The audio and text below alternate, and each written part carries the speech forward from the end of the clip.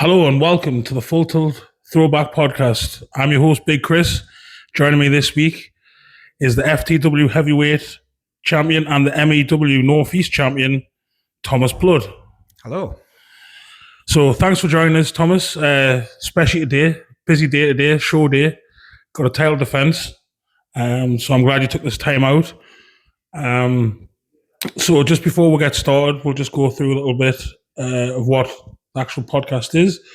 So the Full Tilt Throwback is just basically the wrestlers in Full Tilt just talking about the time when they started like wrestling, and just a little bit of like backstory about whatever we want to talk about, matches, people, places you've been, anything like that. So I'll just start at the beginning. So you started training when you turned 41. Correct, yeah. Before you start wrestling, you're actually an accomplished martial artist. Mm-hmm. You're a fourth dan black belt. That's right. I'm going to get this right. Wadaroo, yeah. Wadakai. Yeah. But yeah, so before you even start wrestling, you were an accomplished martial artist. That's right. So I think the first thing we'll start off is like, why did you want to start wrestling when you first joined? So that's quite an interesting story. So it started with my son, actually. So during the pandemic, obviously all the clubs shut down. My own karate club closed down, and we weren't able to do anything. When things started opening back up again, my kids were a little bit older, and my youngest son, very much into wrestling, loved watching on TV, which is great because I love watching it as well. And I just had a thought one day, I wonder if he can learn to wrestle. And I'd never really thought of that before. So I started Googling around to see if there was a sort of like a kids class for wrestling, and I stumbled across the FTW Academy. I got in touch with the page, and must have been you that I spoke to, informed me that there was a open day coming up, and I could bring him along and see if he enjoyed it, and filled out all the forms, and brought him along, and it kind of took off from there. So I started bringing my youngest son William to the junior classes, and he was loving it, and I would sit and watch and just think, oh, imagine if I was that age, I could do that. That'd be awesome. And then after the juniors finished, the adults would come in and start training, and I would see them come in. And then we went to one of the shows at the Thomas Wilson Club, and saw some of the wrestlers. And I was just thinking, oh, if only I was like 20 years younger, I'd love to try it. And then I think one day I just came up to you, Chris, and I just said, do you have an age limit?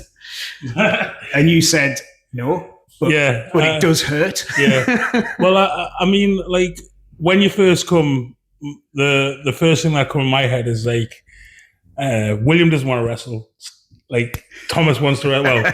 Well, you really am Stephen. Yeah. Just say Stephen, just so I don't get confused. Too many chair shots. But yeah, when you first come, because it happens all the time. Like the parents come to be like, "Oh, my child wants to wrestle," and it's really them that wants to wrestle, but like they don't know how to like to ask or things like that. And I mean, when you asked, I was just like, got him. I knew straight away. I was like, yeah, he's a little nerdy. Like likes wrestling, and then obviously I've got to know you better. Like you love your toys. You've got loads of He-Man toys and stuff like that. I do. Yes. I was told not to speak about that, but fuck that. We're going to speak about it. But no, yeah. So, like, there isn't really an age limit. Like you say, the main thing I try to tell people is like, it does actually hurt. Mm-hmm. So depending on whether you can take the pain, like there's no age to it. I mean, it is easier when you're younger because obviously your you recover quicker. Yeah. But yeah, there's no real like age limit. So when you finally did decide to make the decision to actually start doing it, what were your thoughts and feelings before your first session, and then what was the same like after? So I guess there was a little bit of anxiety, a little bit of nerves going into it because I mean, I'm used to physicality. I've done martial arts for 30 years. I've been kicked and punched and all sorts. So I knew I could take a kicking, but I'd never taken a bump. I'd never ran the ropes. I didn't know if I had the coordination. I didn't know what it would feel like. You kind of imagine it in your head, what it'd be like to be a wrestler, but the reality of it is often quite different. Coming into it, I think though I went along to an open day, and it just so happened it was the same open day that Callum and Dave went to. So Jim and Harry. We didn't ask them if we're allowed to like say their names just yet, but that's okay. So we all started that same day, and I don't even think I got into the ring. I think you had us singing songs. So it was that's just to see if you had balls. Yeah. And I think I sung a sea shanty.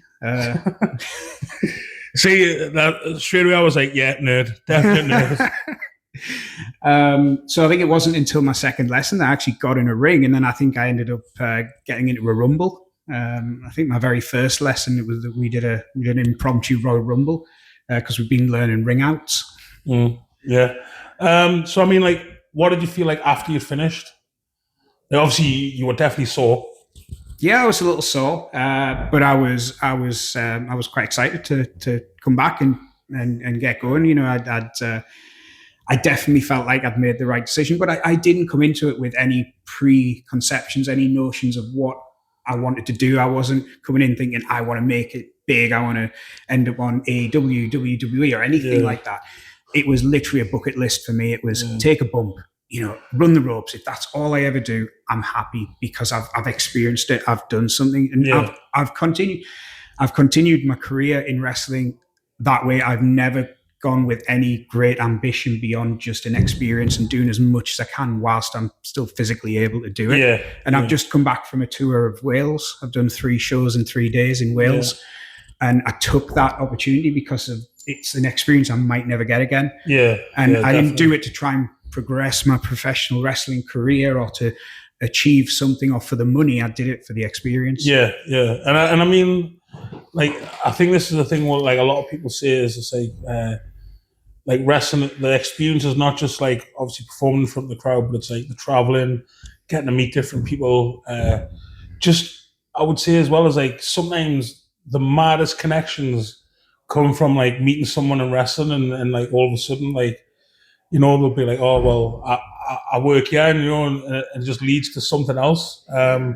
So when you've been training for like a couple of months, when did you start thinking about like, because obviously you said you were just doing it just to like try it out, and when did you start thinking like, I definitely want to like, I want to actually wrestle, I want to be like on a show? I think it was the encouragement I got from the other people in the academy. Everybody was just so friendly, so encouraging, and so supportive. And, they would just encourage me to try more, do more things. And, the more I did, the more I was enjoying it. And I felt, I reckon it got to a point that I reckon I can do a match. And then I had my first training match. And obviously on reflection, it was like, pretty rubbish, but that it was just building on that to the point where I felt okay. I think I've got something I can show. And at first, I didn't tell any of my friends that I was doing this. I kept it very private until eventually I was booked on my first show, and then I encouraged people to come and watch me. Well, I think that's another thing is like sometimes people are like a bit embarrassed of like saying wrestling because like obviously it's got a stigma to it. But then I've always found that if someone's like, "Oh, you like wrestling?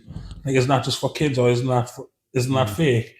Like, you guaranteed when you're alone with them, they'll be like, "So what's the Undertaker doing now?" Or like, like, do you know what I mean? Like, they'll always like give themselves away because, like, I think like wrestling's one of them things where like everyone watches it. Whether they like it or not, that's a different thing, but everyone watches it. Everyone knows what wrestling is. And then obviously, as they get older, they'll be like, oh, well, I don't like it anymore because it's like... it's definitely a talking point. Yeah. Whenever I bring it up, I mean, I have my 2 belts behind me in my office at home. So whenever I'm on meetings, work with the camera on, the 2 belts are in the background, and inevitably people ask, "Oh, what's that?" "Oh, they're my wrestling belts." "You're a wrestler," and some people are like, "That is just so bizarre. I can't even comprehend it." And other people are like, "I love wrestling. They want to talk about it. Ask all sorts of questions." And it's like they're just fascinated by it. Like I think it's normally like a good way to judge people is like how they respond to like telling them that you like do wrestling or you're involved in wrestling. And you normally find the people that are enthusiastic, they're normally the good people. So we've talked a little bit about you starting off. So let's talk a little bit about like the actual first proper match. So who was it against? It was against a guy called Wesley Isaacs. He still wrestles, but he's not called Wesley Isaacs anymore. I think he wrestles under Ricky Matthews. Yeah. But Matty. Yeah. So your very first match with Matty was for the junior heavyweight title. The junior, 41 years old, wrestling for the junior heavyweight title, yes. Well, to be fair, the junior heavyweight title doesn't actually go on age. You got to be under a certain height. I don't think I fit the weight class either, though, for junior heavyweight. Well, not now. Now you're wider than 2 fridges, but like back then you were a little bit smaller. So let's talk about that match, because that match was at the Time Bank Brewery. Yeah, Time Bank Brewery. Yeah. So how did you feel going into that match? Like terrified, absolutely terrified. Terrified of like fucking up, or just terrified of like? Just terrified. It's my first time in front of an audience, certainly wrestling in front of an audience. I didn't know what to expect. Obviously, I'd watched plenty of wrestling. I'd been to wrestling shows before, but yeah, that moment waiting to go out for your match, the nerves, the anxiety, and then I can't remember if that was the time I had music or not, because I know there was a few matches where my music just never played and I just had to come out. I think my music played that time, and then coming out trying to be all heat. I was a heel, so I was trying to be all nasty, and but I think I was physically shaking. And I remember at one point during the match, I'd hit Matty with something, and he just said to me, "Show out," which means just sort of like do something to the crowd to just sort of engage with them. And I think I just turned around and went, "Come on!" I was like, well, and I turned back round and he said, "Do more." And I was like, no.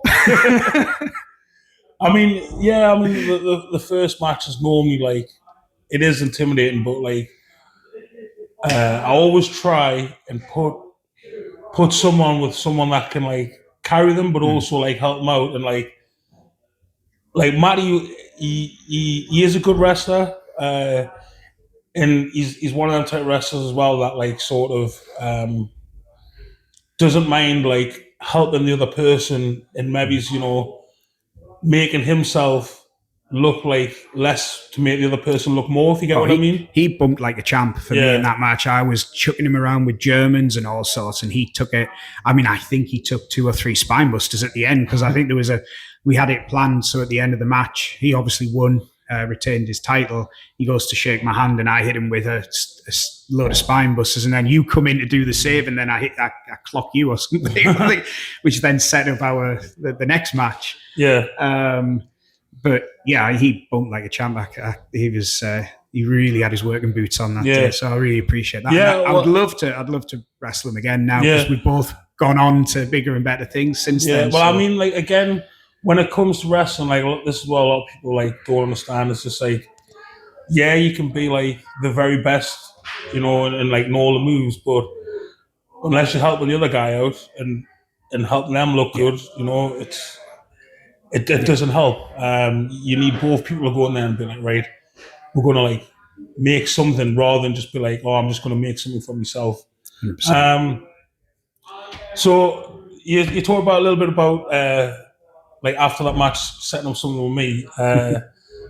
So like next on my list is like talk about your favorite match. So that's obviously your favorite match, because like obviously I'm your trainer, and like you've got to be nice to me, otherwise, I'm not going to be nice to you anymore. No, but seriously, there was one spot in our match actually. It is probably the most painful spot I've ever taken, which was the chair shot across the back. About this, man. I was black and blue for weeks. I think it was the paint come off the chair. It wasn't. It was something. But oh my god, that like when you have an out of body experience.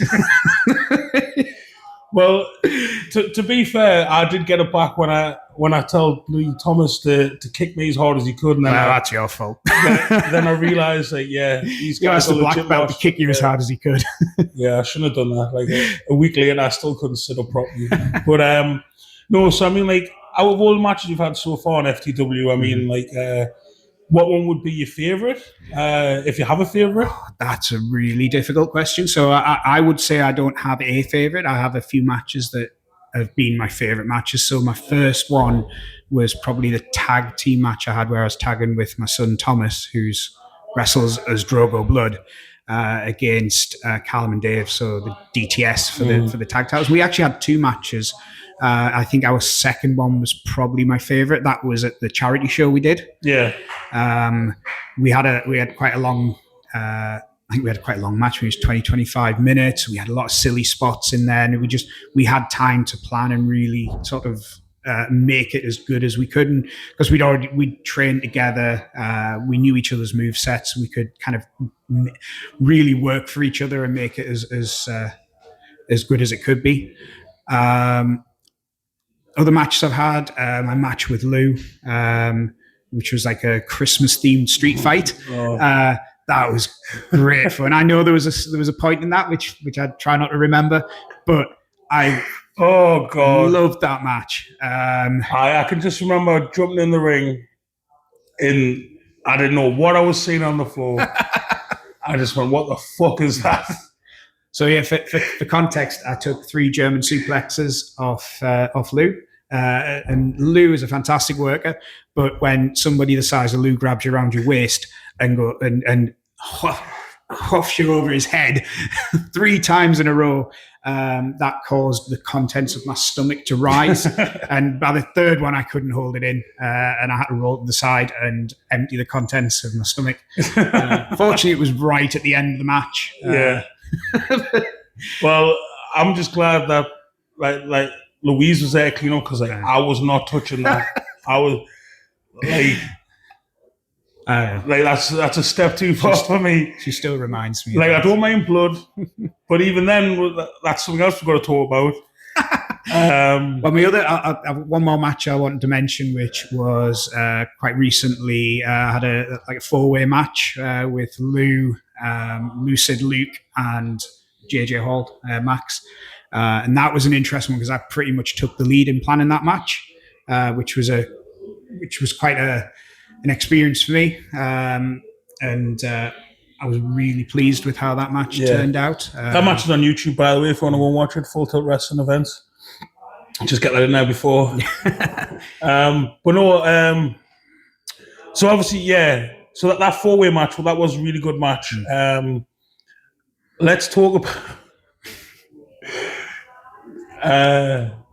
So you decided to have a match against Tim. Yeah. Well, I was told I was having a match against Tim. But well, yeah, you were told.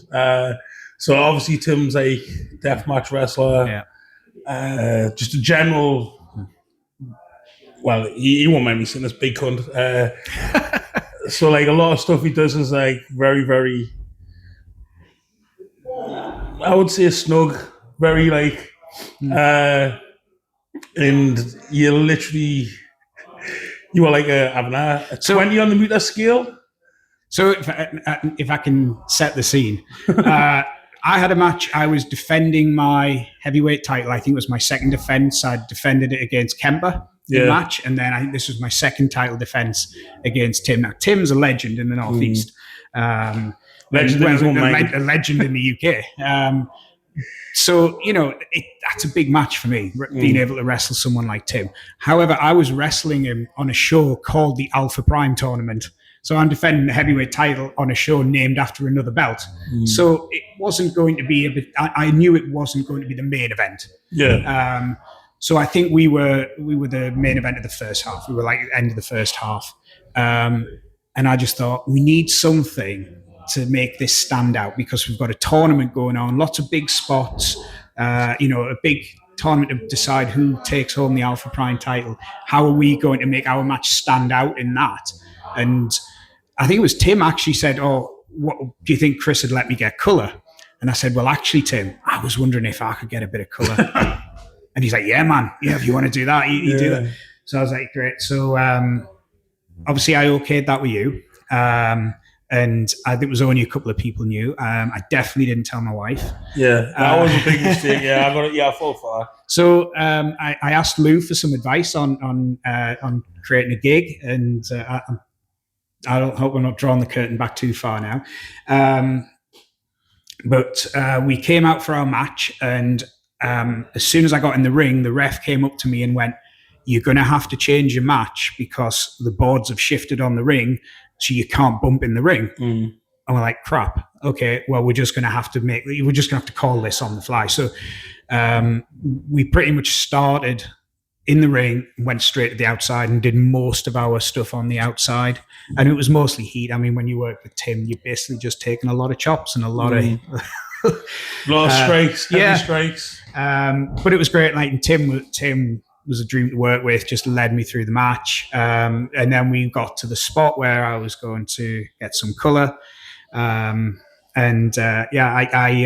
gigged, and I thought, I'm not sure if I'm not sure if I've got enough colour there. Better do it again just to make sure. Big mistake. And I'm sure I mentioned this. I was like, you're going to do it, and you're going to think you haven't done it right. Yeah. And you're going to do it again. So I did it a second time, and I looked down, and I just saw little droplets of blood dripping onto the foam. And I just thought to myself, nice, that's it. And I stood up, and obviously I can't see myself, but I was just like a crimson mask. It was about a 20 on the meter scale. Tim was sweet with it. He was like, we went straight to the next spot. He took me into the ring, and as soon as I got in the ring, Katie, the referee, just bent down and went, "Mate, it's bad. You're going to have to go home. It's really bad." I was like, "No, Katie, it's good. I've got it." And then we went to the spot where I was going to pretend like I couldn't stand up, and he was going to hit his big lariat on me. I kept collapsing until Tim lost his temper, and then I get him with a small package. And then there was going to be a whole spot after that where Tim starts beating me up, and some people do the save, but I think everybody was just in a mad panic because I was gushing blood. Yeah, and I didn't understand what the problem was because I felt great. Well, I was running on pure adrenaline. Like, obviously, I was in charge of this fucking debacle. And I looked in the ring, and Tim gave us a look where, like, me and Tim have known each other for a long time now, so I know, like, what he looks at is, like, he's worried. So he doesn't show it, but he was worried. So I was just like, right, sort it out. And then obviously, if anyone's listening to this, I did not know that it was going to be this bad. Because obviously, I got into a ton of shit because of it. Well, not only off your wife, but off the venue. Weren't particularly pleased, and I appreciate that. But I remember I got backstage, and I was stood there, and I think Ross, the referee, was like, "Mate, you look badass. Let's get a photograph." So I've got the title on me. I've got blood running down my face, and he's taking. I'm like, "This looks absolutely badass." And then my wife Louise appeared behind Ross and just looked at me and went, "You upstairs now." I thought, okay, now I'm in the shit. So now we'll just talk a little bit about promos. So now obviously wrestling's all about promos. That's how you like sell like your matches and things like that.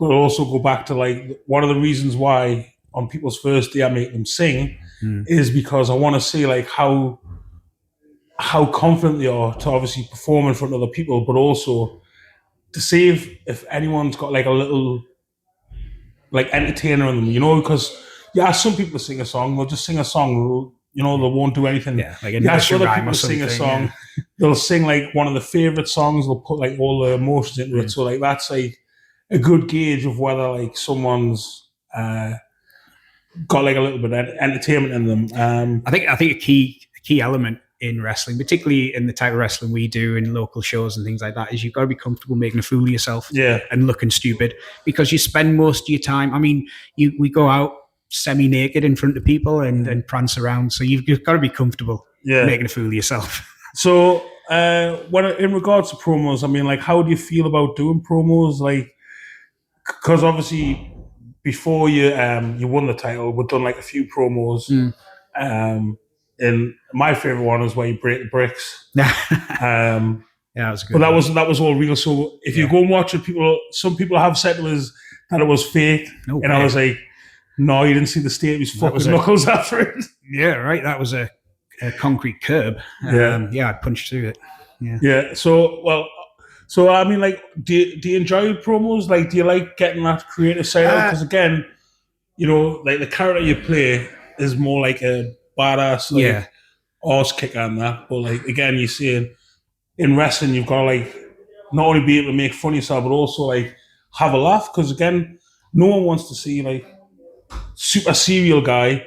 They want to see like a good wrestler, but also someone that can like entertain them. Yeah. So I like doing the skits rather than a just straight up cut a promo on a mic, which I have done and I can do. But sometimes I kind of just run out of things to say. And unless there is an actual conceit, you know, like I've been attacked and I'm calling someone out.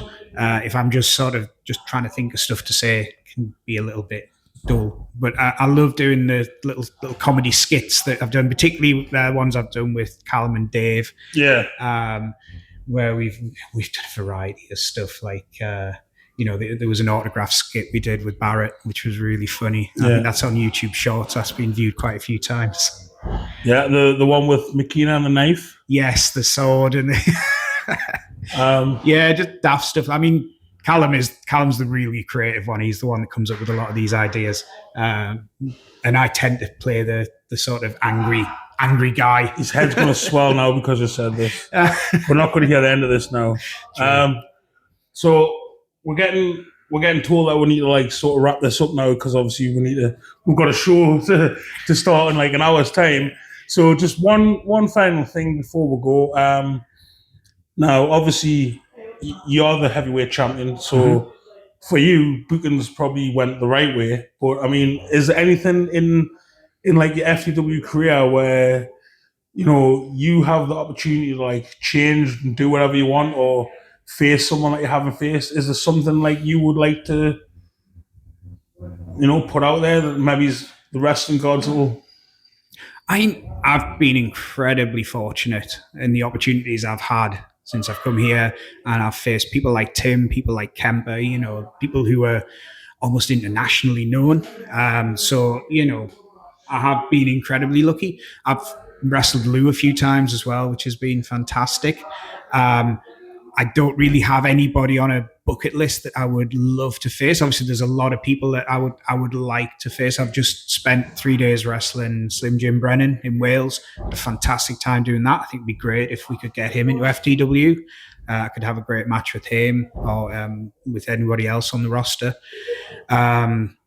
Obviously, my son, Thomas, Drogo Blood, he's doing great things at the minute. He's getting better and better with every match. It's absolute delight to see him thrive in FTW. So, you know, I get so much enjoyment from just watching him and William and Louise wrestle as well. So, yeah, it's not really for me. It's for my family. Yeah. I mean, I've got my plan. I don't really want to get into it, but I do have an idea for what I would like to do sort of post-champion with a couple of the other people on the roster. But again, I don't want to kind of give too much away on that one, because hopefully that'll happen and we'll have some great fun with that. We're getting told like definitely wrap it up now because we're taking too long. So just before we go, obviously, if you just want to tell everyone like where to find you on social media, anything like that, or where to buy you. So if you want to find me, what you want to look for is Thomas Blood Pro Wrestler So you can either type that into Google, just Thomas Blood Wrestler, and you should find links to my Instagram. So I'm on Instagram and Facebook. Instagram is probably where I'm the most active. You can find me there. As I said, FTW is my home promotion. It's where I wrestle. It's where I'm the heavyweight champion. But I'm fortunate enough to get booked in other promotions around the Northeast, and been booked in Wales, and I've been booked down in Leeds. So, I'm having a great time and just taking every opportunity that comes my way. Yeah. So let's say we've come to the end of the podcast there. I want to thank you for your time. Obviously, again, it's busy as fuck. We're getting cold again. But yeah, so thanks very much for coming on to the podcast, and thanks everyone for listening. Thanks for having me. Bye.